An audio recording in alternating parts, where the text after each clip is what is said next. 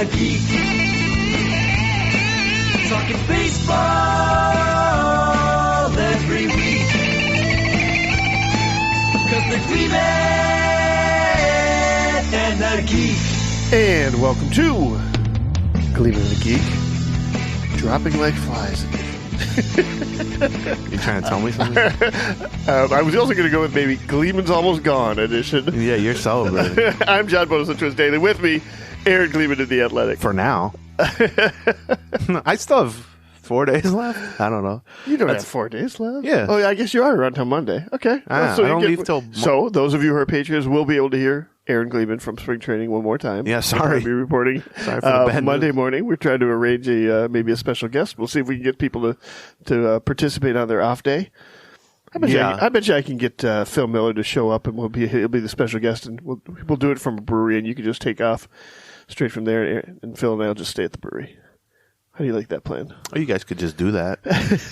I said we went out. Just do it, and then I'll take him out to a brewery. How's that? Oh, well, that's fine, too. We went out last night to a place called Potts, which was like a sports bar. Yeah. And It's the nearest sports bar to Hammond Stadium, right, basically. it's like very close. Right. And I posted a picture of Phil talking with his hands and you looking very like sort of pensive about what he was saying. And I said, I call these now unrecorded podcasts. That's how I view the world. Is this a recorded podcast or an unrecorded podcast? Like when I'm just sitting on the couch talking to Becky, I go, oh, this is an unrecorded podcast. That's how I view Those are the truly insider ones. Although Patreon ones are close. Yeah, there wasn't any. We published. There wasn't anything particularly scandalous in that particular conversation. Yeah, those are like $500 an episode to listen to us moan. That was probably Phil just talking about which Bruce Springsteen concert he went to and which other ex-Twins official was there. Multiple. He ran into multiple. I like that. Yeah, like he finds out afterwards that the various Twins officials were. We're hiding their identity, like going to like a 60-year-old white guy going to a Bruce Springsteen concert. It's like big, like undercover. It's Friday morning. Is that correct? Correct. Thank you. We have reached to that part of spring training where every day is exactly the same. I get off the plane from Minneapolis and I'm like, what day is it? I mean, when I'm in Minneapolis, I'm like, what day is it? They're going to play Red Sox today. And then Braves on the road tomorrow. We have a decent amount of stuff, like John hinted at when he went against my wishes and attempted to name the show before it started, that injuries are popping up. And it's funny, like when injuries were such a storyline the previous season or seasons, but really last season, every little injury is like, oh, here we go again. We are overly sensitive. But I don't know that, like, there hasn't been significant injuries yet, really, although Gilberto Celestino might say otherwise, which we'll talk about in a second. But, you know, the biggest one is Jose Miranda, and it's possible that that's nothing. Right. Like, you know, take 10 days off from throwing. He's still hitting. He had an RBI single yesterday. Right. Yes. So, I mean, I don't want to say how hurt could he be, because the answer is he could be hurt. But there's a bunch of, like, minor injuries, but part of me thinks that's probably what happens in the first 2-3 weeks of camp anyway, because it's not that people are sitting around doing nothing all off season like I am. Right. But, you know, you come here and if you're Jose Miranda, they go, okay, go to third base and take 50 ground balls. And after you throw 50 times you're like, ooh, my arm hurts. That's obviously the hope with what it is, that it's relatively minor. When we talked to him yesterday, since we're diving into this topic, we did talk to him a little bit about it yesterday. One of the things he said is he's had this before. Right, and he said, 2 weeks it cleared? Like, not throwing for 2 weeks, just more or less cleared it up. He had this 2 years ago. Right, which is the hope. I mean, Baldelli said the other day, too, that, you know, guys showing up to camp and having a sore arm from throwing or having sore hammies from running or whatever is fairly common. And, I mean, that's certainly true. It's just they're under such a microscope with the new trainer, Nick Paparesta, and just keeping everyone healthy that, you know, there is a fair number. Larnach is sidelined. They previously shut down Ronnie Henriquez. Gilberto Celestino is out 6 to 8 weeks with a ligament tear in his thumb, which we'll talk about in a second. And Miranda had to announce that he's opting out of or withdrawing from the World Baseball Classic, which begins in about, a week? Yeah, I think they leave on the 7th. Right. And he was going to play for Puerto Rico. So now the Twins only have 15 guys on the Puerto Rican team because Correa's out, Miranda's out. And previously Duran had opted out of WBC for the Dominican, and then Donovan Solano, who's the newest Twin, opted out for Colombia, basically in tandem with signing with the Twins, because he was like, well, I'm a late arrival to camp. I don't want to do that. But they still have... By the way, we see him today. He's in the lineup today. In the lineup today. So, and we saw Correa's debut, which we'll talk about in a second. But yeah, I mean, we've also just like seen games now with pitch clock and shift limitations and pickoff limitations and all sorts of other stuff, all the new rules that they've put in place. And I got to say, like, there's been a couple of weird moments with it, especially the first couple of games. There were like some plays where nobody really seemed to know, nobody on the field even seemed to know like, what the hell is going on. Right. But man, it's the pace is amazing. Like it really, it doesn't feel rushed. It feels like a normal baseball game. Is right. What it feels like. And what it really shows, and like Correa's debut 2 days ago here at Hammond Stadium. It was on March 1st, and his first at bat, the first pitch from Phillies phenom prospect Andrew Painter, who throws about 99. First pitch, Correa fouls it off, and then steps out of the box and takes a little, half circle around and starts to do like a warm up swing or a practice swing, and then you can see in his head the hamster wheel. I've got a TikTok on this. Have you seen the TikTok? I think it's on Twitter. Have I watched your TikTok? I have not, John. I have too much self-respect for that, John. I'm going to be honest with you. No, but it's great because he did talk about it. He's like suddenly like, he said, there's a clock. He said, there's a clock. And he said, I hop back in there. And then you can see the next pitch he takes for a strike, I think, which is not surprising because he's flustered at that point. And he does not leave the box then at that point. Yeah, Bat just goes right back on the shoulder. Right. And I think that, so, I mean, it was funny. And he didn't say like he didn't dislike the pitch clock. Like he seems fine with it. It just, his brain wasn't ready for the first time to ever use it. Right. It was like, oh, geez. Right. Yeah. And so I think first of all, that's the purpose of having it in spring training as opposed to just introducing it on opening day, obviously. Right. But I think that's how it's going to be for a lot of guys. Now, you're going to have some pitchers who complain. You might even have some hitters who complain. But I have very little sympathy because what watching the last, 10 days of games or 8 days of games, whatever it is, has shown me is how absurd it had gotten.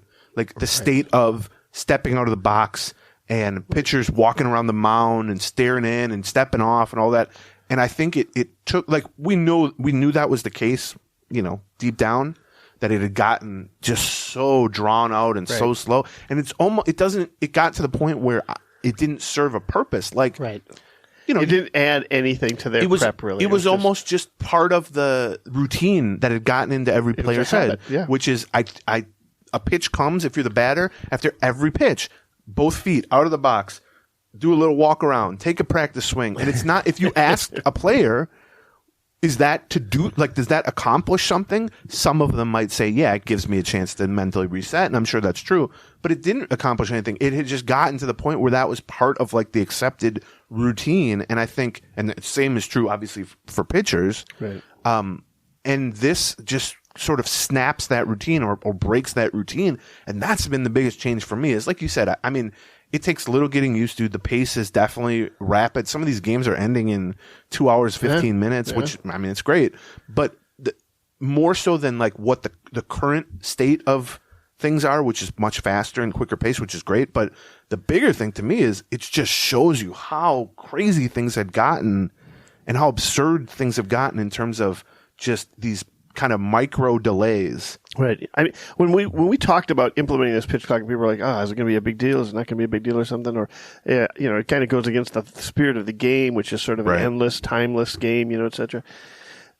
I always kind of related it to, some people related it to the basketball shot clock, but I related it more to the football play clock, right? Where, no, let's just make sure we have something happening about every 20 seconds, 40 seconds. Right. Let's do something.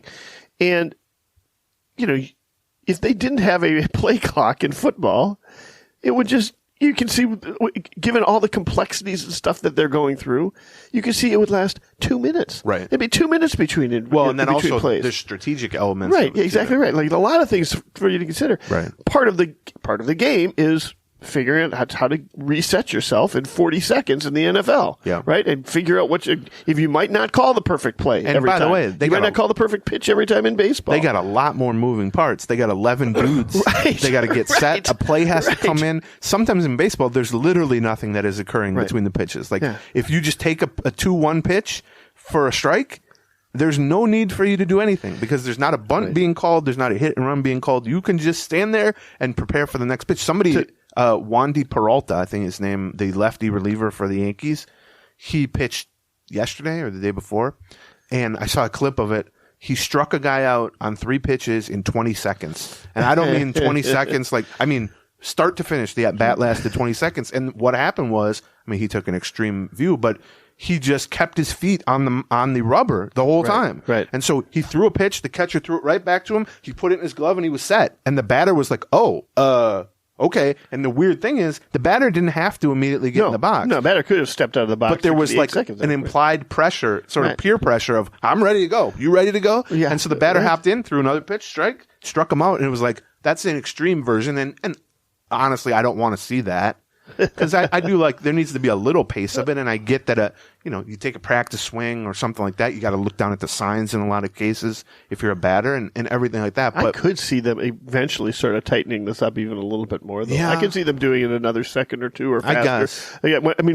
What we have learned, to get back to your point, is that what we had before was just so self-indulgent. Right. I think that's right. And You so know what I that's mean? why I have such little sympathy for the people who are complaining, whether they're coaches or players or even fans and media members. But that's baseball. There is not a change you could make to baseball.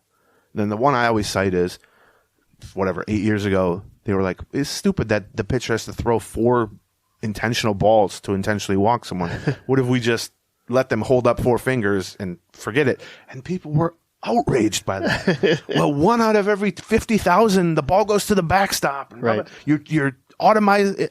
You're taking away, the human element of the game. And it's like 1 week later, nobody cares. Right, of course. Nobody will care. And this is a little different than that, obviously. But it really, I think, self-indulgent is a good way. Which is whenever I hear a pitcher complain, and there are some, where it's like this is too rushed and it's all this. I think this wouldn't have been necessary if over the past 10 to 15 years, it hasn't gotten gradually and progressively worse. Right. And all you have to do is go back and watch a game. And I'm not saying go watch a game from the 60s. I'm saying watch a game from 2003 or something like that. I realize that's 20 years ago. I'm an old man. To me, that's not a long time ago. And it's crazy how much quicker it is. And it's not because... And even then, we were complaining about how long the games were. Go back and watch a game. Go back and watch the 87 or 91 World Series. You'll be just floored by how few times the batter steps out of the box, how few times the pitcher's walking around the mound. And that was the highest of stakes, the longest of games. Well, that's right? You know what I mean? That was... I've seen complaints from people who are saying, well, it's fine, it's some random May game between the Royals and the Twins or whatever. But what about in the World Series? Game 7 of the World Series, do we really want a pitch clock? Yeah. First of all, by then they'll have had 7 months to get used to it, or 9 months to get used to it, really, if you count spring training. And, they don't go, NBA Finals, you got 30 seconds to shoot. If you're not used to it by October, and also, get in the box. Let's go. Right. I mean, if you tried to do the version of baseball we saw last year, where every pitch there was just a delay for no reason on one or both sides, and you tried to do that in Little League or high school, people would think you were insane. If you were a high school baseball player, or honestly, even a college baseball player, and after every pitch as a batter, you stepped out of the box, you unvelcroed and velcroed your batting gloves, you took 3 practice swings, you did a little half circle, and then you went back in the box. You could do that once, and everyone on the team would be like, what the F are you doing? You seem insane. But it had gotten to the point where that had become the norm, and to the point where pitchers who worked fast, like Louis Varland last year worked, quote unquote, very fast. Joe Ryan did. Well, that stood out not because they were like maniacally working fast, right? But just because they didn't have any of the BS. Let's play the game, right? Right. And so, that point though about the late season games does make me wonder from a crowd standpoint in the playoffs, where it is a game where every pitch, people are on their feet, and you've got instead of having the 45 seconds to sort of we're all going to be quiet here for about 20 seconds. Okay, then we start to get on the mound. Okay, now we start ramping it up to the point where the actual pitch goes off. To have that happen in 15 seconds, that's going to be awesome. That is going to be such a much more fun. I think that's going to be such a much more fun experience for the fans. They are going to be on their feet the entire time, and we're not going to have to wait. Other things like the bumper music that goes on in between the at bat, like dun dun dun, or the clapping or whatever. They're going to put those people out of business. But they're going to have to come up with some shorter. But that's the thing, right? So obviously, poor Sue. Sue's going to have to really sue the organist. Sue the organist at Nelson. Target Field. She'll find something. She's going to have to really crank out Hava Nagila twice as fast or something. Well, it's like when people tell me they listen to this podcast on double speed. People listen to this podcast on double speed. Now they're all freaked out. They're like, what had just happened? I learned from the Micro Machines man how to. But so obviously we're both what we've seen. I've enjoyed watching it. I think the players, for the most part, I've heard very few complaints.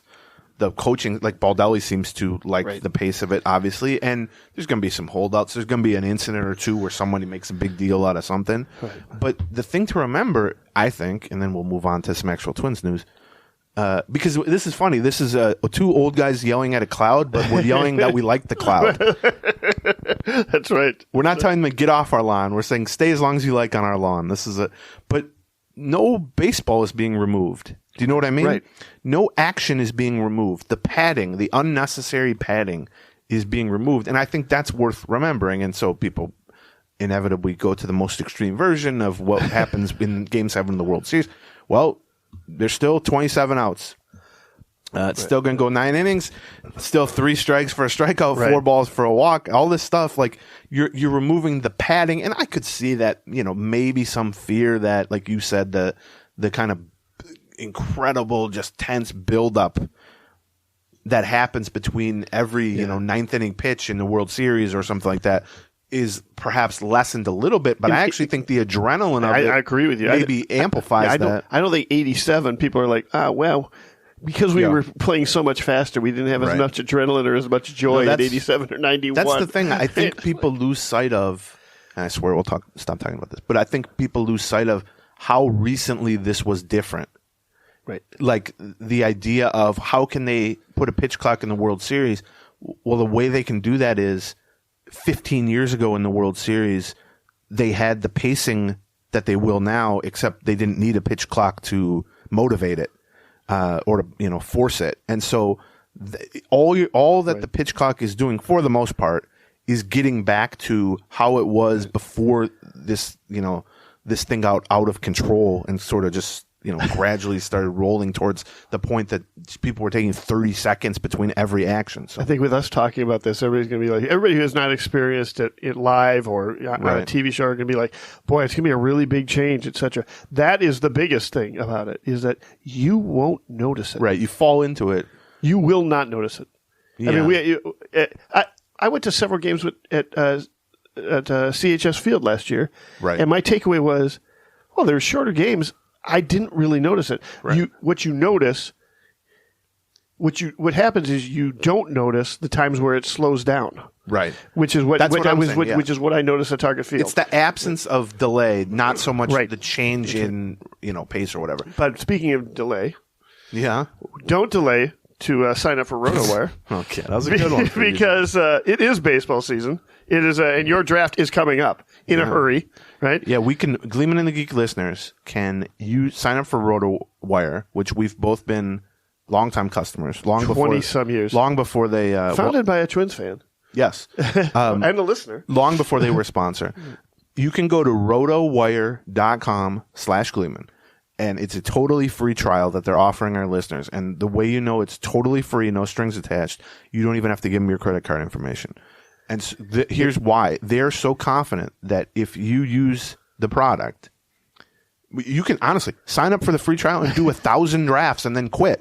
That's fine, because they are so confident in their product that they know that once you get exposed to it and once you use it, you will see the value of it and you will say, oh, I want to stick with this throughout the season, whether to help you with your fantasy leagues, whether just to stay up to date on baseball. If you're a writer like John and I, it's invaluable to have their database of injuries and player news going back 20 years. Like you can look up a guy's entire history of, oh, I seem to remember he missed a couple weeks back in 2019, and then you can actually look it up and see the initial at the moment report, which I find invaluable. They're or customized cheat sheets. Like you've got a slightly different league. You and your friends do things a little differently than everybody else. You can set that up so you can get different rankings based on it. Have that much more of a leg up in your fantasy draft. RotoWire they provide data and player write ups to Yahoo and ESPN and CBS and a bunch more big sites. They're the leading place in the entire industry. So here's what you do.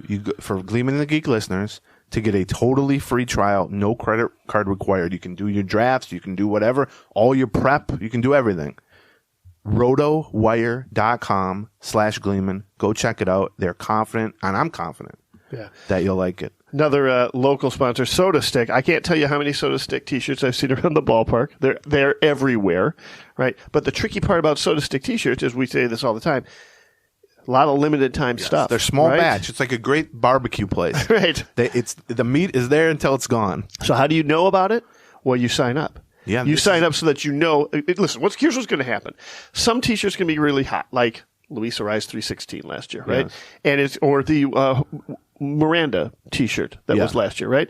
And it's going to be one of those things where by the time you see it on somebody, well, they're sold out of it. Yes, this happened to me with the Miranda shirt, where it was the star with Miranda, like Hamilton, obviously, for Lin-Manuel Miranda. And by the time Becky said, oh, you better get 5 of those for me and so-and-so. And by the time I went, it was like, oh, sold out. And I was like, well, that was not fun. But if you want to know, even ahead of time, when something is coming out and you want kind of first dibs on stuff, they have a new thing that you can sign up, which is just a text list. So you get updated on new releases. They also will put the restock information and some special deals. Valuable. Like when they've sold out of something and they get, nope, we're going to do one more push at it. You still got a chance to go get it. They will let you know ahead of time that they're going to be doing it. And you get 15% off your next order if you sign up for the text list. So here's what you have to do. Just go to SodaStick.com.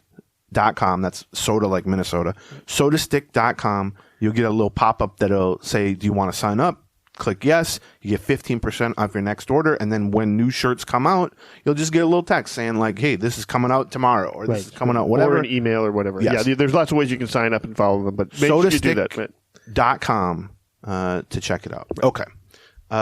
Let's see. Back to, I guess, well, the one other thing new rules-wise was I thought Correa's comments were interesting. So, we were joking about his first at bat that he hopped back in and all that stuff. But another thing that I noticed during that game was when he was at shortstop defensively for, I think he played 4 innings or something, he was constantly kind of tiptoeing the line between dirt and grass, because that's part of the shift limitations, is that infielders cannot begin the at bat with their feet touching the grass at all. Correct. And so you could see him putting his heel as close as he could to that and kind of like figuring out how he wanted to balance it. And then you could also see... And he talked about talking to the umpire, where the umpire was telling him, I cannot see your heel touching the grass, so I'm going to call something. And you could see him having constant conversation. I think that it was a second base umpire, I think Andy Fletcher was his name. You could see Correa just constant in conversation with him, just like throughout each inning as he would move around. Because here's the thing, and we've talked about this before, there's a misconception that shifts have been banned. That's obviously not the case. And all you had to do was watch Correa for those 4 innings in his debut the other day to see that, which is there were some at bats he was playing close to third. There was some at bats where he was playing a very traditional shortstop as deep as he could, which is not as deep as he would like to play. And then there were some where he was playing basically even with the second base bag, kind of in short center field as far as he could. So the idea that he's not shifting or that infielders can't shift is, I think, misguided. It's just limited. Only 2 people on each side of the base, obviously. And I wonder if for a player like Correa or for other shortstops, if the no feet on grass thing could end up being as big or bigger in terms of impact, because as he pointed out, Yeah. That's going to take some getting used to because his strengths as a shortstop, he's not the quickest guy. He's not the fat, and in fact, he has below average just speed, foot speed for a shortstop. But what he has is an incredible arm, right? And he's 6'4". And so we've seen that in the past with like J.J. Hardy. I mean, going back to Cal Ripken Jr. was the first one to really do this. You just play as far back as you can when your strength is physical size and arm strength, because you just have to get to the ball. It can kind of expand the a hard hit ball, diameter of your range, short left field, and still have the arm to get it over there in time to get the runner. Right. Now that doesn't mean he's playing, like I said, in short left field, but it does mean he's maybe a step or two onto the grass, behind the grass, which was common and now is banned. And again, I wonder how big of a deal how big of a change that's going to be versus how much it's just about a matter of comfort. It's just changing the angle. Basically, you have less kind of coverage initially. Yeah, I was supposed maybe the first step on grass versus the first step on dirt might be a little bit different. The push off and stuff. If you're a big klutz lunch. like we are. Yeah, probably not Carlos Correa. He's wearing spikes and everything. He's not wearing dunks like I am. But so yeah, that'll be that. Unlike the pitch clock, that actually has sort of a tangible effect on effectiveness, right? Like it could potentially the shift I'm talking about in the grass thing. Like the pitch clock is just eliminating the time. Now you can argue, I guess, that pitchers will have less recovery time and all that stuff, but it's not changing like the properties of pitching. Right. Whereas this is changing literally where you can stand defensively, and so it is going to have an impact. But I don't know. We did see Max Kepler get an infield. A ground ball through the right side. Yeah, of the are we going to do that every year? Every ground ball hit he gets he beat the shift. Like he never got a ground ball hit in his whole life before that. What he said earlier this year is he thinks he's gotten 2. He got 2 last year. I'd be interesting to actually fact check that. How many times he got a ground ball through the right side of the infield? I bet it was more than 2, but yeah, who knows? Okay, so we talked a little bit about Miranda. So just to go through this whole situation, basically showed up after the offseason, which by the way he spent getting into much better physical shape, preparation for moving full-time back to third base, which was his primary position in the minor leagues, which makes this unfortunate because it's not that he needs the reps there necessarily, but it's like this was a relatively big change for him because he played mostly first base and some DH as a rookie. So he's going back to third. First few days in camp, had some shoulder soreness, and they basically said, well, okay, stop throwing. But he's able to hit. Like, it doesn't affect him when he hits. It's not, which they have put him through testing on the training staff side, and they seem pretty confident that's just a little tendonitis. We'll find out in 10 days or something if that's the case. But he, like I said, he had an RBI single yesterday as the DH. He's been in the lineup like often. He's been played every other game basically, just as DH. But he withdrew from the World Baseball Classic, like we said. I think what's interesting about this is, he does have time to get ready, potentially. It's not a new position for him. I mean, he's played 2,000 innings or something like that at third base in the minors. So it's not like he needs reps because he doesn't know how to play third. It's more just like you don't want to have a sore arm at a new position. But the interesting thing is, most of the time in baseball, for a position player, if they can't effectively field because of an injury, they're on the IL. Because for the most part, if you remove the fielding component from a position player, one of two things, or both, happen. One is, if you remove the fielding component from I'm trying to think, just some random shortstop, well, they're not good enough to be a DH or a first baseman, and so their utility shrinks. The other thing is, a lot of teams have a set first baseman and or a set designated hitter. And so the idea of, our good hitting third baseman is good enough to be an asset as a first baseman or DH. I mean, he was last year, obviously Miranda, but we have someone there most of the time. But in the Twins case right now, Alex Kirilloff is at the top of the first base depth chart, but is not a sure thing to be a great hitter. We need to see. I mean, it's been 2 years since he's looked like himself because of the wrist surgeries and problems, and B, could very easily not be on the opening day roster because of the recovery from the wrist surgery. And so, you go and the DH spot is wide open. They're planning to cycle guys through. So it's a really interesting situation because it's like, okay, Miranda's going to be our third baseman. Oh, whoop, he can't throw. His shoulder is sore. Well, couldn't we just play him at DH or maybe even first base occasionally?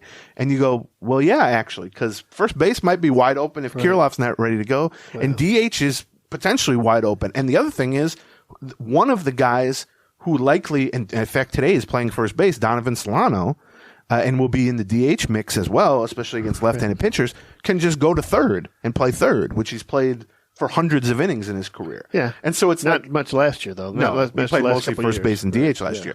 But what I mean is, like, does it really matter that much on a given day, let's say against a left-handed pitcher in the regular season, whether it's Miranda at third and Solano at DH, or Solano at third and Miranda at DH? Right. Yep. Now, you'd prefer Miranda plays Fair third, and like you said, Solano played third early in his career. I don't think he has a great arm, but he's a good fielder, but he's 35. But, they have Kyle Farmer, who's going to get action at third base for sure, regardless of Miranda's status. I think Nick Gordon could potentially play a little bit at third base. Although I don't think we've seen him there this spring yet. Well, it's hard, though. I mean, guy plays 15 positions. Right. There's only been like 6 games.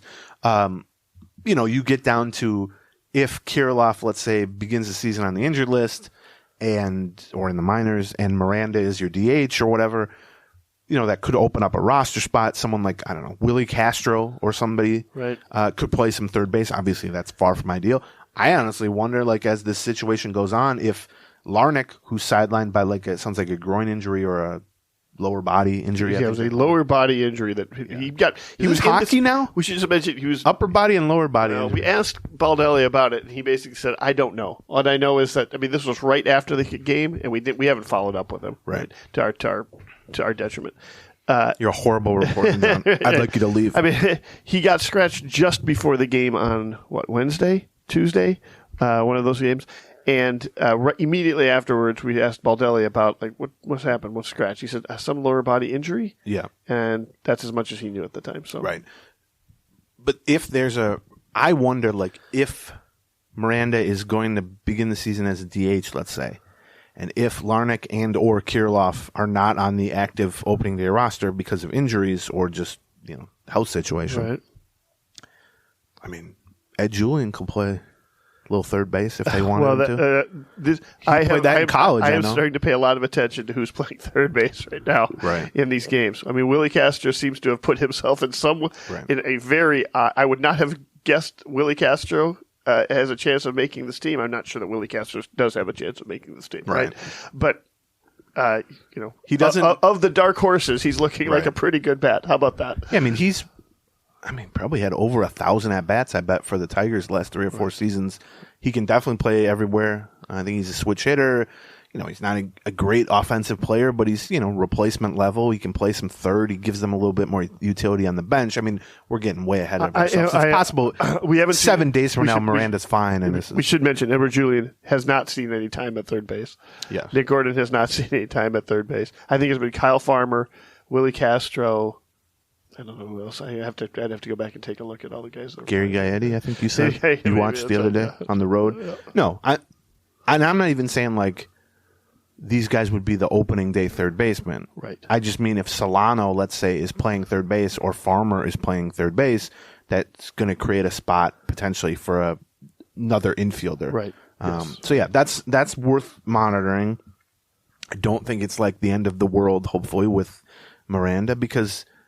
At least in the short term, there isn't really that much functional difference between him being the DH and him being the third baseman as this roster is currently constructed. Defense was not going to be his strength anyway. Right.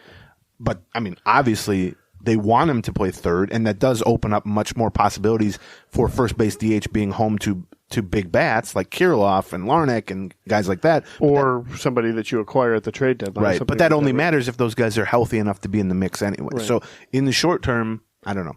Obviously, the hope is a couple weeks, Miranda's fine. He starts getting reps at third base. At that point, hopefully Kirilloff and Larnach are fine too, in which case they have some decisions to make that we've talked about since they added Solano. The other thing, from an injury standpoint, Gilberto Celestino tore a ligament, ruptured a ligament. Right. I don't know the difference between torn and ruptured. Rupture means it came completely I don't know. off the I don't know if that is the difference. Let's test it. I'm going to rupture something on you, and I'm going to tear. You've probably got ruptured stuff already. Oh, it's stuff. I got all kinds of ruptured stuff. I'm just a big pile of ruptured stuff. Tore a thumb ligament, the ulnar collateral ligament in his thumb. Out I did not know we had an ulnar collateral ligament in our thumbs. Yeah. They're everywhere. Yeah. Apparently. These stupid ligaments. Out 6 to 8 weeks, which puts you at, what is that? Puts you at May, basically, a return to some sort of action. It's a tough break for him. The Michael Taylor signing is looking pretty brilliant right about now. I mean, that's the thing, right? We've talked about Celestino a fair amount over the last couple of years.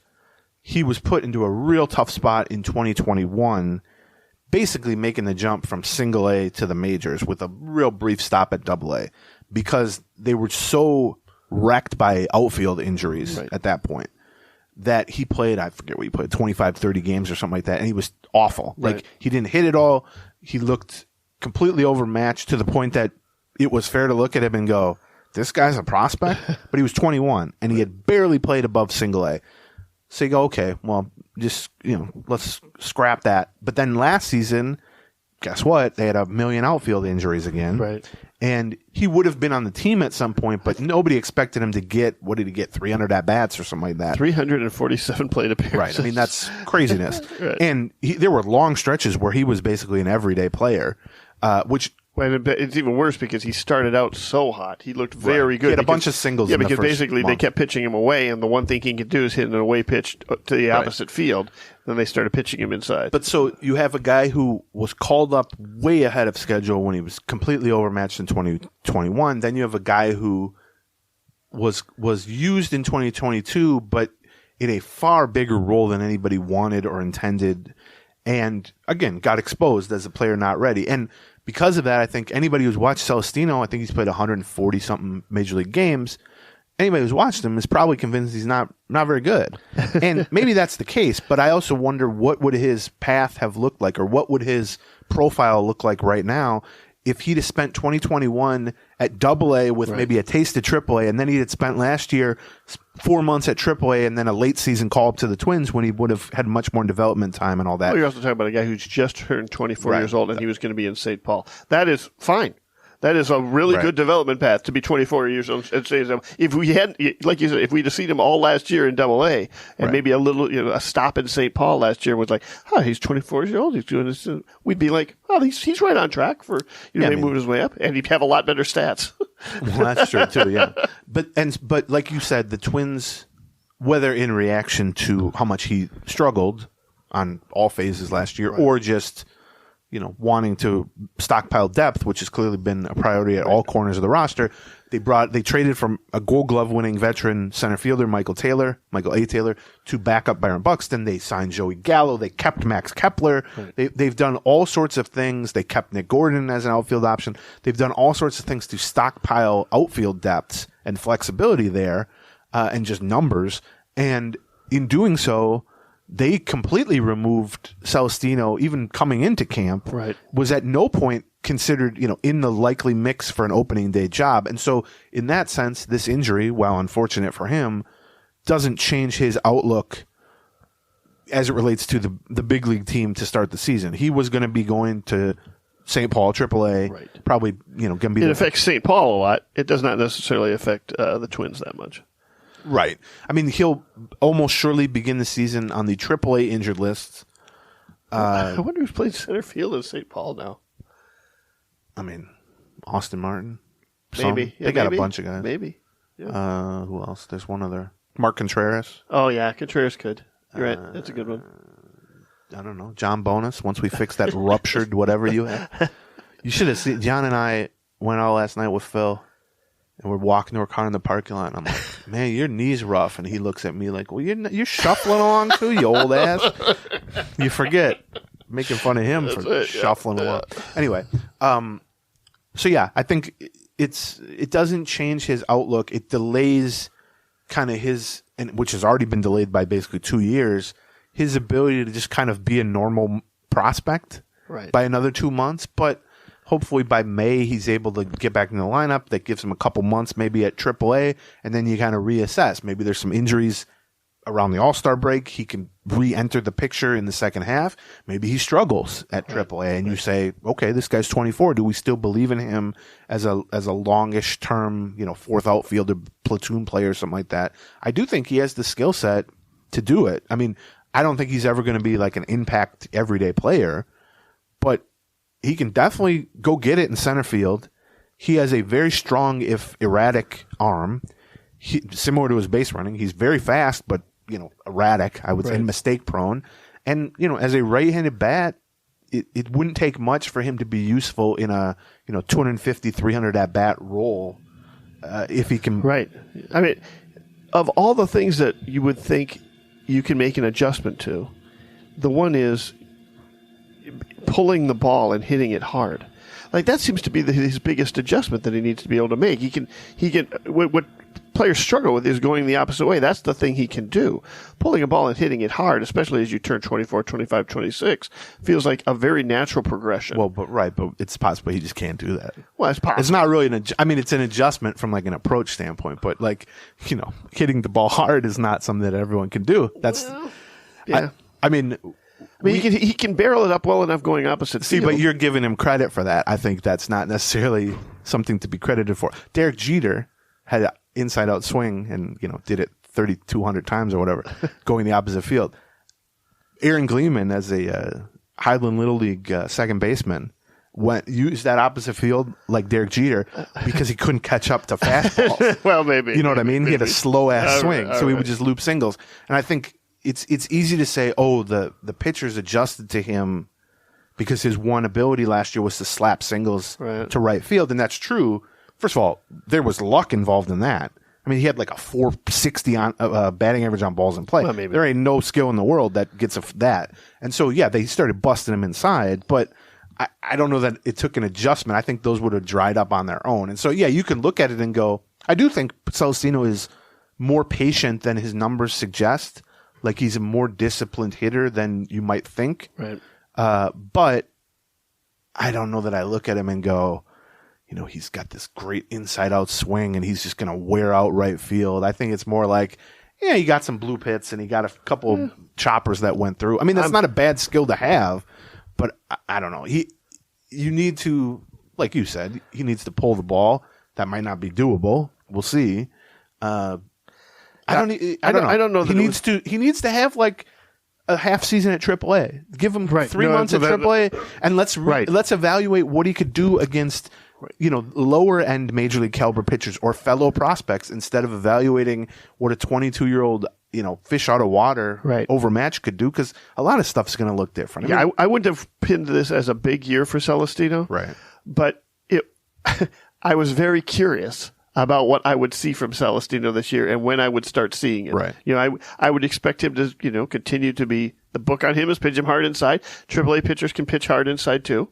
Now, maybe not as well as major league pitchers, but they can do it. Let's see how he adjusts to that at AAA. And then I would like to see, if he can do it. I mean, the dude threw up almost 800 OPS 2 years ago in AA and AAA over 300 at bats. Like, he was legit, right? Like, as a center fielder, like B-level prospect when they got him. Right.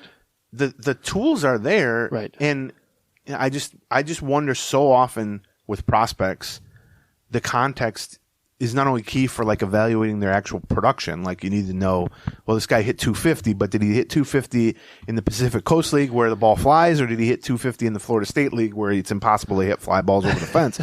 But even beyond that, the bigger context a lot of times is, we saw with Simeon Woods Richardson, the Blue Jays sent him to AA at 20 and he sucked. Right. Yeah, exactly. You can either look at that and go, boy, he's not a good pitcher.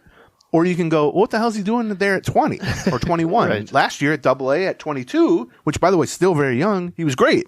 And so I wonder how much of that affects how we look at Celestino, how the Twins look at Celestino. It's also possible he's just not that good. I mean, that's most likely. So before we get to Jordan Balzovic update, yes, let's talk a little bit about Raycon, which I took with me. I took my Raycons here for transcribing purposes when we need to block out the babbling of John Bonus next to me in the press box while I'm attempting to do work. I use my word. I am the talky one, yeah. Of the two. Depends on the. I guess. Depends if there's something to be complained about, it's me talking. If there's just BSing, it's you talking. But I took my earbuds, my wireless earbuds, which are great. Raycon. I like three things about them. Good battery life, which is key if you're just kind of wearing them all day. Right. 2, super easy from like a hookup Bluetooth connection standpoint, which I'm an idiot. So like I love that it remembers it and it hooks up. Very rarely do you actually have to press an extra button to make it work. And then the other big one, which I know you guys go running with them in your ears, is key with this third thing, which is the actual feel or fit in your ear is better than I've experienced with other brands. And what I like about all three things that you kind of mentioned is they're not always that critical with earphones, but they are critical with wireless earbuds. Right. You know, that's the difference, and that's what makes Raycon so special is it's just well engineered. It's hard to kind of get this stuff right. It's an art form in terms of you got to have the technical part, but it also has to be like something you can understand and hear and use, and it's easy to use, and you can just press a button and you know whether or not it's connected or if it's disconnected. All these these tiny little cues that are important from a engineering perspective. So you can go to buy Raycon, B-U-Y, like buying it. Buy Raycon, R-A-Y-C-O-N, buyraycon.com/Gleeman. You get 15% off any Raycon order. That's buyraycon.com/Gleeman to score that 15% off. Buyraycon.com/Gleeman. And then our next native sponsor, deodorant. I mean, listen, we'll go We'll go through the basics of native deodorant. Yeah, we are in Florida. We are currently in Florida. Stuck in an 8x6 room together with the window closed and the door closed. That's right. If John didn't have it on his native deodorant, I don't think we could continue this podcast. And I'm comfortable because, first of all, I don't smell, and second of all, because I know what I'm putting on myself. Yeah. I'm not putting on a bunch of strange chemicals or aluminium or any of the other goofy things that you said that like a Englishman. I tried that. Yeah, I throw aluminium. that in there. Yeah, right. You know, one of the points of native is you know all the ingredients that they're putting in because they list them right there, and it's stuff you'll recognize as opposed to. And let me give you one more thing that I love about them. They have a great little travel size one. Yeah. And that is not a part of the talking points of this, but I've gone and bought native deodorant myself. And when I went and bought native deodorant myself, one of the things they offered, I was like, would you like to get a little travel size one as well? The little travel size one is like the size of 2 little chapstick things. It's fantastic. It's perfect. So perfect travel size. Right now, you can go to native, DEO like deodorant, nativedeo.com/Gleeman. Use the promo code Gleeman when you check out, and you will get 20% off your first order. That's nativedeo.com/Gleeman. Use the promo code Gleeman at checkout for 20% off your first order. Okay, so Jordan Balzovic went out on February 11th, which was like the Saturday before people started reporting to spring training. Right. Got here nice. Pitchers and catchers reported on the 14th, I think, 15th. Yeah. That's right. So he got here nice and early. That's good. Went out downtown Fort Myers around midnight. He said he got cold cocked. He got somebody punched him in the face twice. Sounds like, and knocked him down. Although he says not out. That was for some reason very important to him that he wasn't knocked out, and broke his jaw. Speaks to the concussion possibilities, I suppose.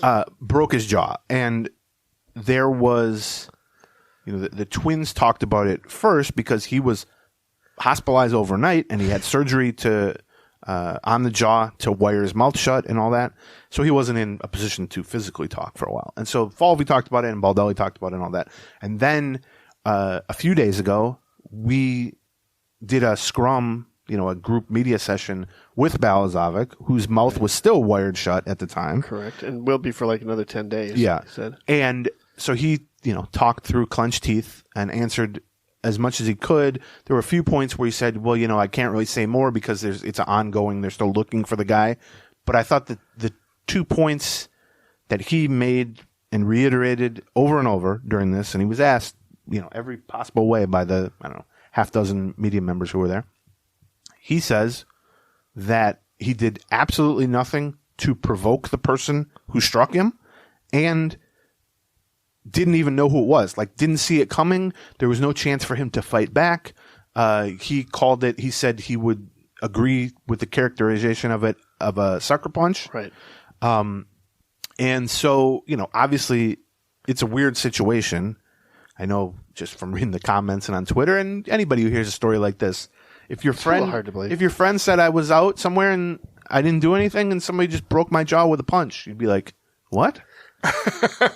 And so there's some of that, but I mean, I don't know what to say about that. We can ask him about it. We can ask the twins about it, which we've done. He was hospitalized for one night. Now he's got the mouth wired shut, but he's able to talk and everything. The biggest key that he basically said, he's missing out on pitching in spring training games, which was important because he wanted to kind of reestablish himself following a very, poor year health-wise and performance-wise at AAA. Dealt with some knee problems early, basically never got right because mechanically he said, he couldn't, his plant leg, or he couldn't plant, he couldn't get sort of, the normal mechanics, so his velocity suffered a little bit, his control suffered. His knee was moving all around, basically, is what he was saying. He just got annihilated at AAA, although he finished on a relative high note with like 4 or 5 decent outings to end on a high note, because as he pointed out the other day, well, my knee actually kind of started to feel right at that point, so I felt like myself, which is good news. But in the meantime now, he's going to be shedding weight if he's not careful. I mean, he's like 6'4", 6'5". He already was shedding weight, because right, one of the things that happened during the initial part of this is he couldn't do anything, and he was losing weight. Right.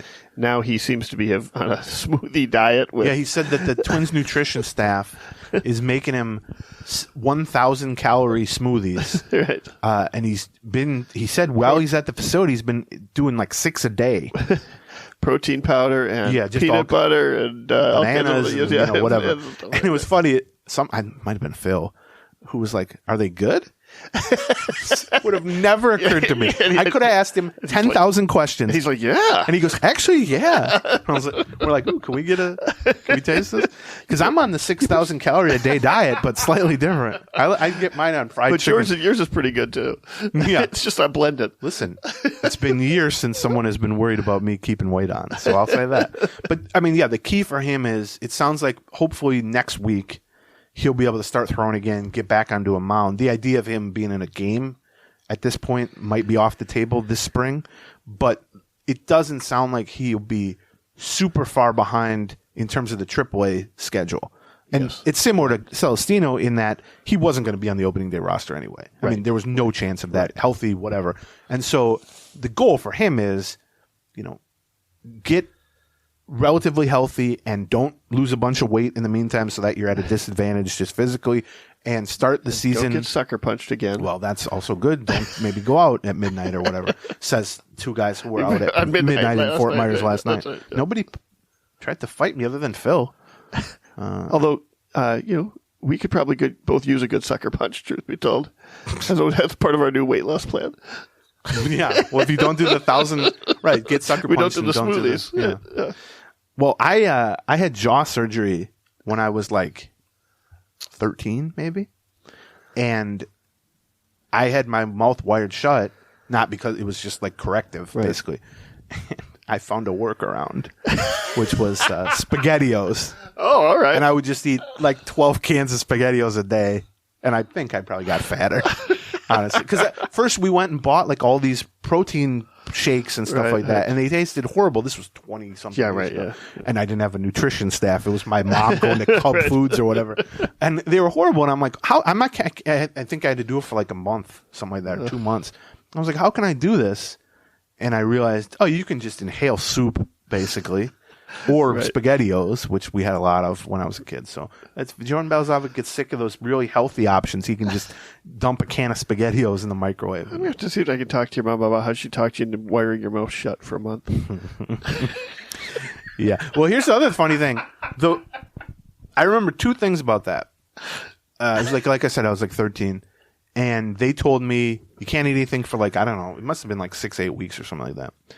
And they also told me like, you shouldn't go anywhere for a while. And so I remember 3 things. One, like I said, I started just getting calories by way of SpaghettiOs and soup.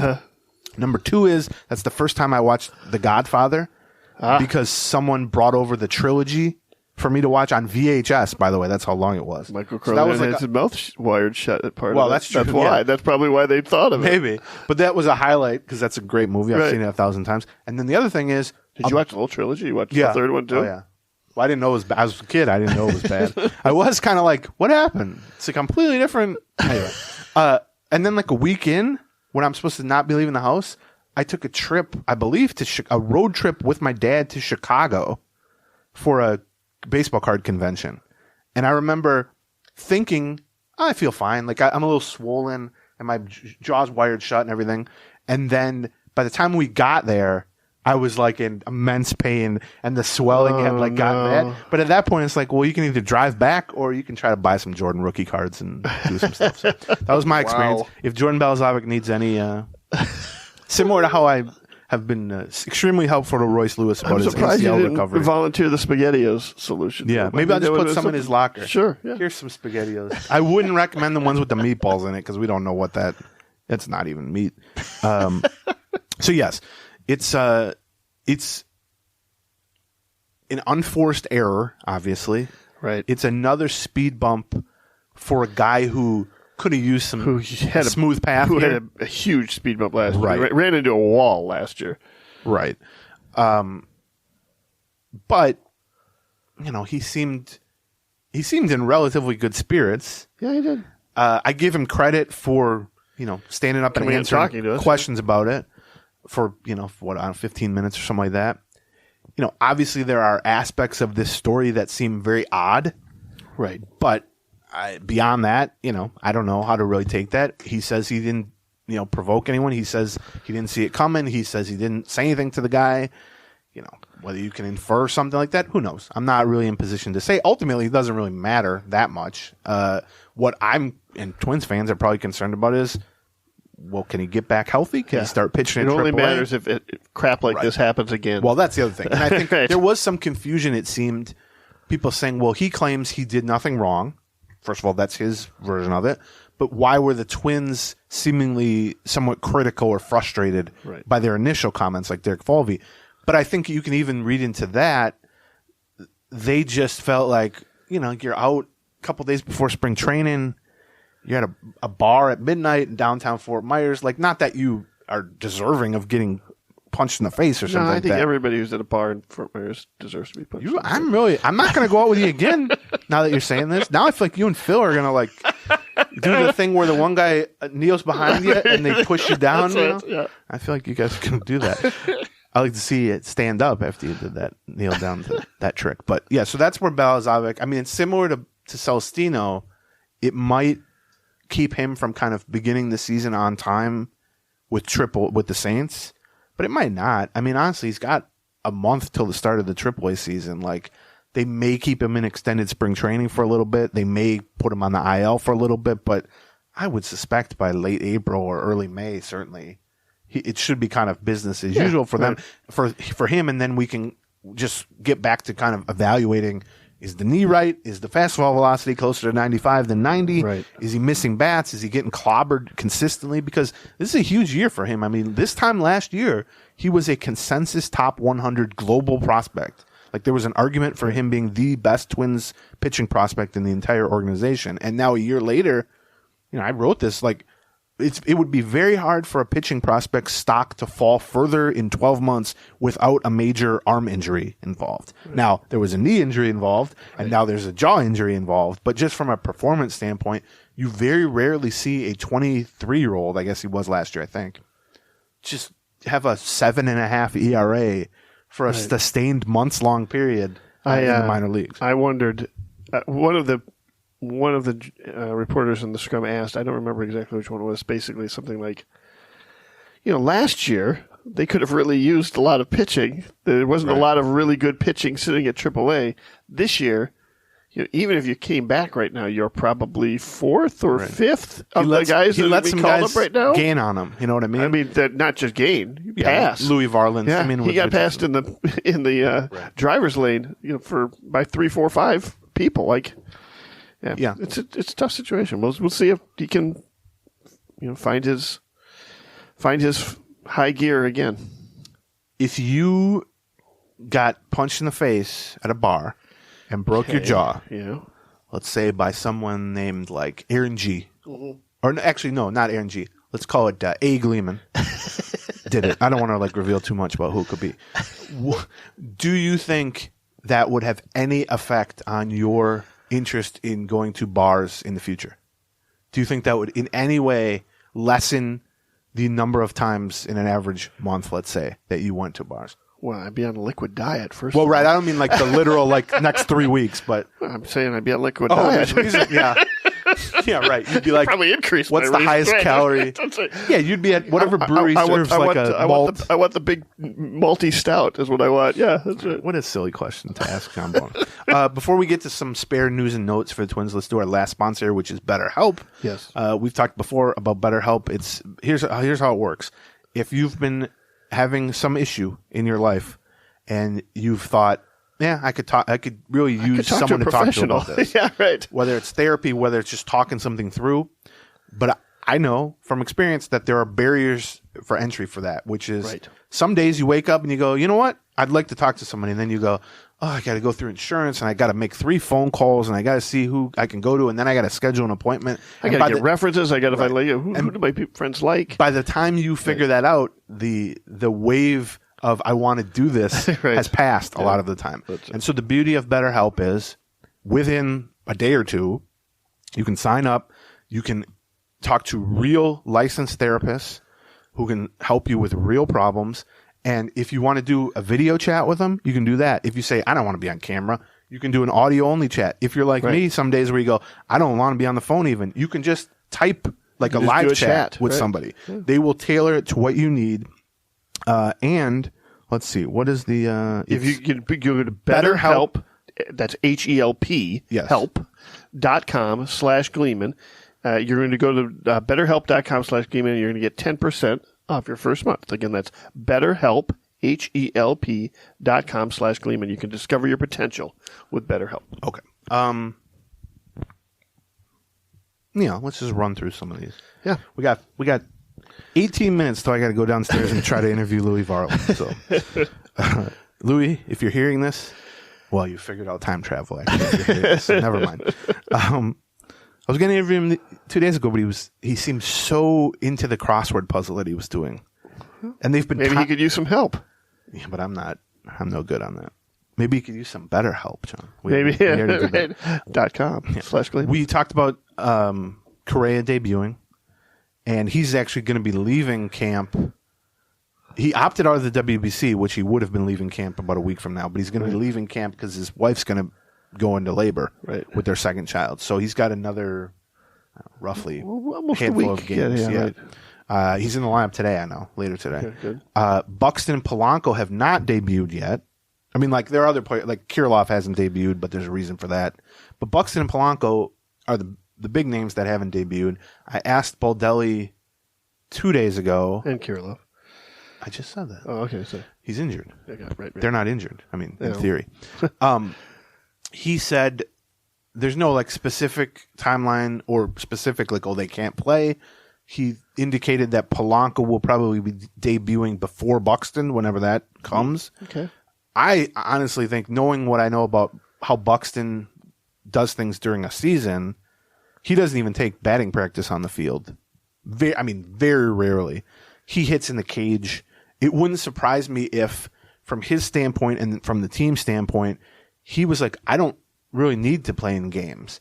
Like, he's doing his work like he normally does behind the scenes, in the cage, in the weight room, in the trainer's room, all that stuff. And you do want him to get some game reps. But as Correa pointed out the other day, when someone said, how did you decide March 1st for the debut? And he joked, well, it's not like I've been sitting on the couch watching these games. Like, and in fact, it's much easier to get bulk at bats taking live BP, in a cage or whatever.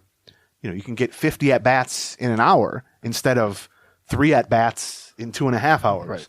Right. Now, obviously, there's some value in game action. And I think just from Twins fans' emotional standpoint, it would be nice to see Polanco and Buxton running around a little bit out there looking healthy, of course, whatever. But I wouldn't. Also, just from their standpoint, that's what you want to do. Like, you like playing baseball more than you like sitting in the cage. Yeah, but nobody likes playing spring training baseball. Well, That's the thing. Nobody cares. And so, before the start of the season, you're going to want to see these guys play a handful of games, obviously. But, I think there's more things going on behind the scenes to prepare a guy for the season than there would be seeing them for 2 hours on TV or at Hammond Field. So I don't know. I just caution against reading a lot into that so far. We'll see. And they are also still almost 4 weeks away from first game. So. Yeah, you forget how long spring training is after the last few years where it's been short in spring. Yeah, right. Yeah. Let's see. We talked. Well, so Kenta Maeda pitched yesterday for the second time, and I don't know that I believe the story. I saw it was like a headline thing on ESPN. The story being yesterday at the Trop, they were playing the Rays, and there were like 8 people there in a giant ballpark, so there was an echo, and they were using PitchCom, which very softly says the pitch. That's how it works to communicate between the catcher and the pitcher. And supposedly, after his 2 innings of work, which he threw 2 scoreless innings, but he gave up a couple singles and a walk or something like that, the umpire informed Baldelli, hey, we can hear that. We could hear, and the hitters could hear it. They literally could hear what pitches were being called. And then Baldelli said to Kenta, oh, just so you know, that's what just happened. Right. You just went 2 innings with them knowing what pitch you were throwing at every one. I don't know that I believe that. I believe it could have been heard. Well, I tell you this. We heard... It doesn't say great things about the Rays lineup. Let's put it that way. When Nick tweeted about it, one of the responses was, I was watching the game, and you could hear this robotic voice saying, change up. Really? While the mic was picking it up maybe sometime. it's possible. It seems strange. Like, 1 or 2 pitches, yeah. Right. But he threw, what did he throw? 30-something pitches, I'm sure. Yeah, right. And they couldn't score a run knowing what pitches were. I guess that says a lot about Kenta Maeda. That's good news, I guess. It's good shape. So, yeah, so far he's looked pretty good through 3 innings. 1 inning, first time out, 2 innings yesterday. It sounds like they're just going to do 3 innings next, then 4 innings, then 5. That's the plan. The hope is, or the goal is to kind of get him to a point where he can go 5+, to begin the season in the opening day rotation. So far so good with him. Well, with what now seems like also a luxurious amount of time for spring training, like you said, it doesn't feel like they're pushing these pitchers in the first couple outings very much at all. Like Ober went, I think, 19 pitches the other day. And often the only reason that sticks out to us is because usually it's a 30-pitch first time out. Like we've generally seen that. I think in the past it's about 30 pitches for the first time out, and they've got a little extra time, so they're taking it. Ober, speaking of him, pitched 2 days ago, topped out at 94.2 miles an hour, which matches his hardest pitch he's ever thrown in a regular season game. He averaged 93 point something, which is like almost 2 miles an hour faster than he averaged with his fastball last season. Right. And we've seen this from Bailey Ober before. I mean, Bailey Ober, when he was drafted, College of Charleston, I think he was like a 12th round pick in 2017, I want to say. He was 6'9", but he was a soft tosser, and that made him kind of a novelty act because he would post these great numbers because he was an extreme strike thrower. He would miss bats, but then people would watch him and they go, "We throws 87 miles an hour. Like, what are we talking about here?" Right. Then during and he had some lingering injuries and stuff. Then during the 2020 downtime, they worked with him to kind of get him into better shape, smooth out the mechanics, which is a big issue when you're 6'9". Right. And he came out of into 2021 and had really a breakout. Right. Yeah. Because he was throwing 90 to 92 instead of 87 to 89, and that made a huge difference. And then we saw that even further last year where he added like another mile an hour. And then the biggest change I thought last year was like in the middle of last year, he tweaked his slider to start throwing that harder to make it a closer match to what was an increased fastball. Right. Because there had been as the fastball rose in velocity and the slider stayed the same, there was a much bigger gap, which made it easier for hitters to differentiate.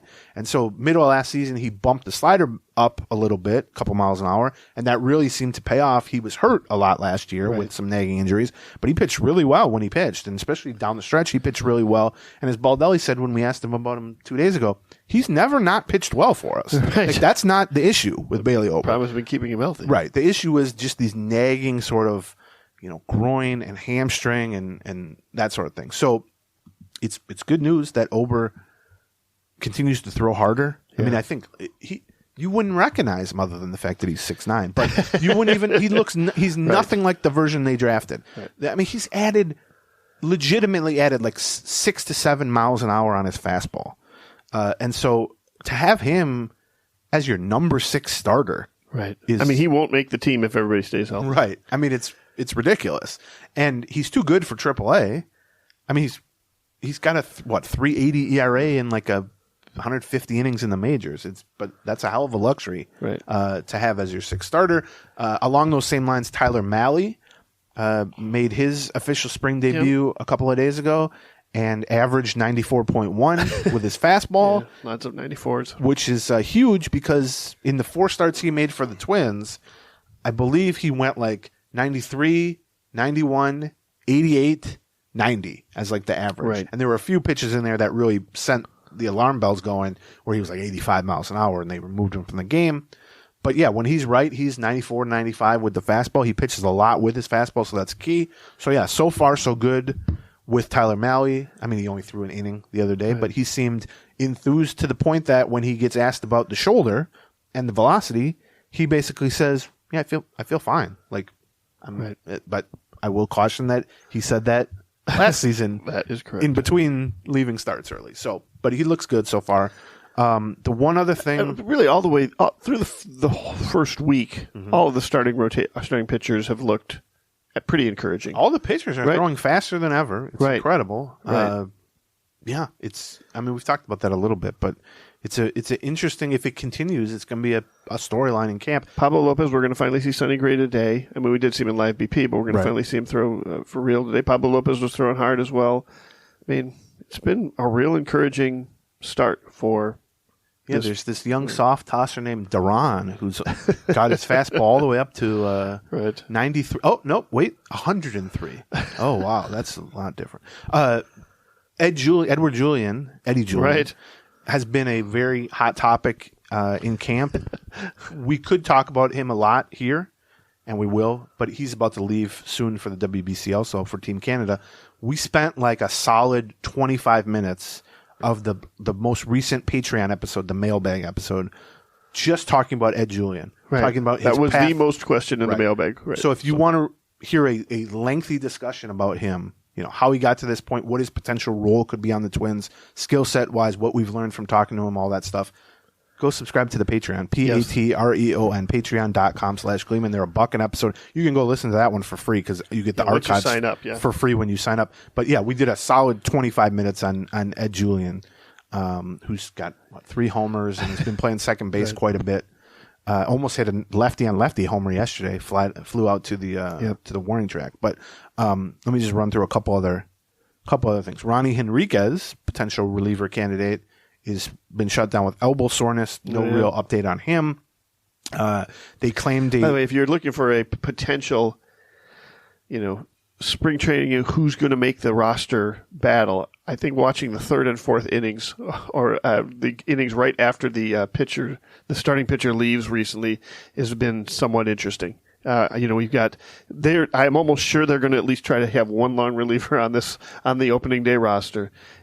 You've got, Cole Sands finding some time there. You've got Randy Dobnik finding some time there. You look for the guys who are doing multiple innings after the starter. Those are the guys that I think are competing for the long relief job. Right. So. They claimed a right-handed reliever, Dennis Santana, off waivers, who throws hard and has very bad control, and gave up like a 1,000-foot homer to Jake Cave the other day. Right, yes. They signed a right-hander, Jeff Hoffman, to a minor league deal, who's pitched quite a bit in the majors for the Rockies, and then recently with the Reds. So they could potentially be in the bullpen mix. So those are 2 new additions to the training camp. Honestly, we've talked about this, but I think it's clearer now than ever that there are definitely, at minimum, 1 and possibly 2 or even 3 bullpen spots. I don't want to say up for grabs, but there's a competition for them at this point. I think Jorge Alcala is no sure thing to be on the roster because of performance or effectiveness, but also he's coming back from elbow surgery, so he needs to show that he's healthy. Velocity's been pretty good. Yeah, but velocity ain't the problem with him. No, I know. But yes, he was throwing, 95 the other day, basically. And then I think Trevor McGill's spot is not locked in. He had a horrible outing. two appearances ago, and then bounced back with a 1-2-3 inning in his last appearance, which he needs to do. Right. So yeah, and you mentioned the long relief component. If they want a long reliever, then that's almost an entirely different pool of potential players to pick from, many of whom are starters, converted starters, and or prospects. So yeah, that I would say it sounds like, assuming he doesn't implode or stop throwing strikes, Giovanni Moran is somewhat locked in or penciled in as a reliever. Really? More so than McGill and Alcala. But that still leaves two spots, up for competition. And obviously, when I say he's penciled in, it's not, he's got 40 innings in the majors, Moran. So, that could change. But I think those are the biggest competitions for I guess it would be the 7th and 8th reliever. But that could be 6th, 7th, and 8th reliever. And one of those could be a long reliever as opposed to what we more traditionally think of as like a McGill type or something. But yeah, two of the long relief candidates would be Henriquez, and who's Winder, hurt, and Winder, who's possibly going to be pitching relatively soon, but has been out of commission. And then the last thing I have on the bullpen. You know what this means? This probably means Cole Sands in the lead for that last roster spot there. See, Doe was saying that too because Cole Sands complimented his sunglasses the other day. So he's his favorite player I'm now? saying because Cole Sands is on the 40-man roster and Aaron Sanchez and Rodney Dominic are not. But they can find room on the 40-man roster. The thing about the bullpen is okay. Right. They've got a couple of guys who are going to go on the 60-day DL. Or maybe have they moved both of them off now? Yeah. Okay. But the other thing is, let's say, I'm just picking him, McGill. Right. If McGill doesn't make the team, are you keeping him on the 40-man roster at AAA? He's 30. If he's not good enough to be in your opening day bullpen at age 30, having spent most of last year with you in the majors, what are you waiting to see from him? Any reliever who doesn't make for that matter, Dennis Santana is on the 40-man roster. Right. Well, if he doesn't make the opening day roster, he doesn't have options remaining. Right. So he either makes the opening day roster or he's getting dropped from the 40-man roster.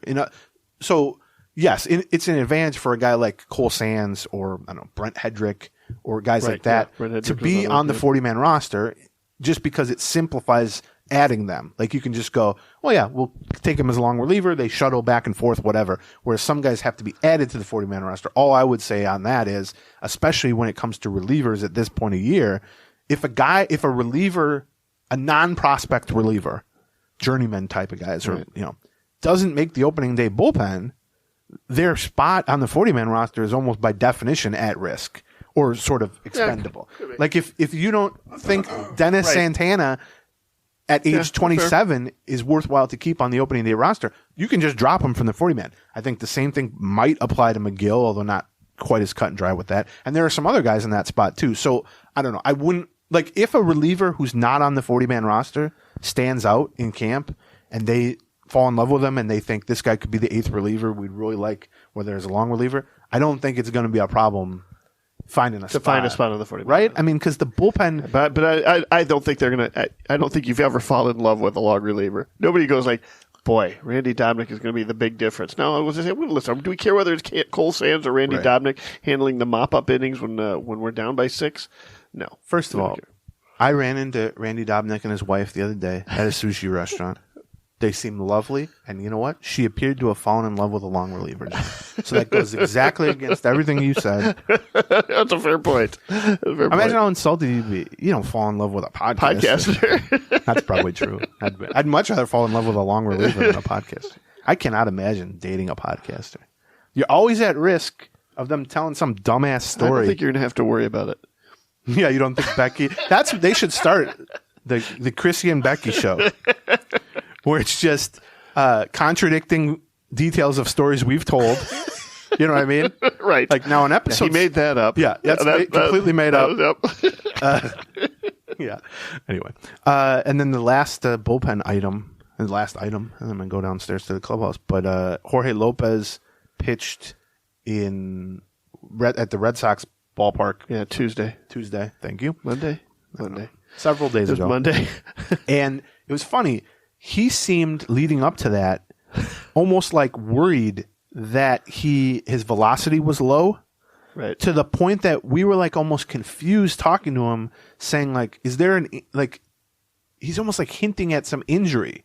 Right. And So, he was in live BPs last week. He was throwing like 92, 93, and we're like, okay, well, maybe he's among the guys who aren't throwing as hard as ever because that's more common in the years past. The guy ramps up and everything. But then you talk to him and he'd be like, yeah, I'm a little worried about that. Like, and it's almost like we were thinking, did we miss an injury here? Like, and so then he also just sort of that's having a different definition of the word health, right? Because there's a language barrier. Right? Yeah. English is a second language, obviously, but so then he goes out at JetBlue, which is the Red Sox, and throws 97 with his fastball, and he leaves the game. We go down to talk to him mid-game. And it's like, how'd that feel? And he's like, it felt great. Like I'm relieved. It was almost like he was relieved. And then I've still got it, baby. Multiple people, including John. John finally just said, wait, were you saying you were hurt or what the hell's going on here? And he goes, oh no, I'm feeling fine. And then 30 seconds later, he's saying the same stuff. And I do think he was conflating like feeling strong. Yeah. With health. Wording it in a way that made it seem like because there's no injury. Like he was throwing 97-mile-an-hour sinkers and big curveballs and stuff like that. But he may be one of the most important guys on the team, not in the sense that he's going to be team MVP or anything, but in the sense that the role that they would like him to fill is vital to the bullpen. But the role that they ended up using him in post-trade deadline was mop-up because he was so unreliable. Right. And so there's such a wide spectrum between kind of good Jorge Lopez and not good Jorge Lopez. And it's like the spectrum between like just short of Joan Duran versus just a little bit better than bad Emilio Pagan. Right. Like it's that kind of holy cow, is that an incredible range? Right. And if he's good Jorge Lopez throwing 97 with a good breaking ball and everything, that pushes Griffin Jacks into the seventh inning. That pushes Pagan into the sixth inning. It pushes everyone into like a lower leverage situation. But if he's bad Jorge Lopez, not only does he get pushed to a mop-up role, but then you need two setup guys to get to Duran, or you need Duran to pitch 2 innings more often, or it just it kind of reshuffles the deck of the bullpen based on which version of him you're getting, and not just this year, next year too. Well, next year too, because he's under team control. So he's interesting because it's like he almost gives off the vibes of a guy who wakes up every morning expecting to have lost his ability to throw 97 miles an hour. Yeah. The way he talks about it, and it's like I probably would be that way also if I was a major league pitcher. But it's you don't talk to many guys who are like that, where it's like, yeah, I was worried. And we're like, why were you worried? Something specific? Oh, no, I feel fine. I'm just worried that I throw 92 now. I worry. It's like, well, why are you worried? Well, that's something to worry about, isn't it? And it's like, he's like, well, I don't think I'd be as good throwing 92. And it's like, yeah, well, yeah. But probably not. But what are we? So anyway, he was throwing 97. He's a lovely guy to talk to. He is. I don't mean to portray him as like not intelligent or anything. No, he's smart. No, he's very smart. It's just I don't know. It was an interesting.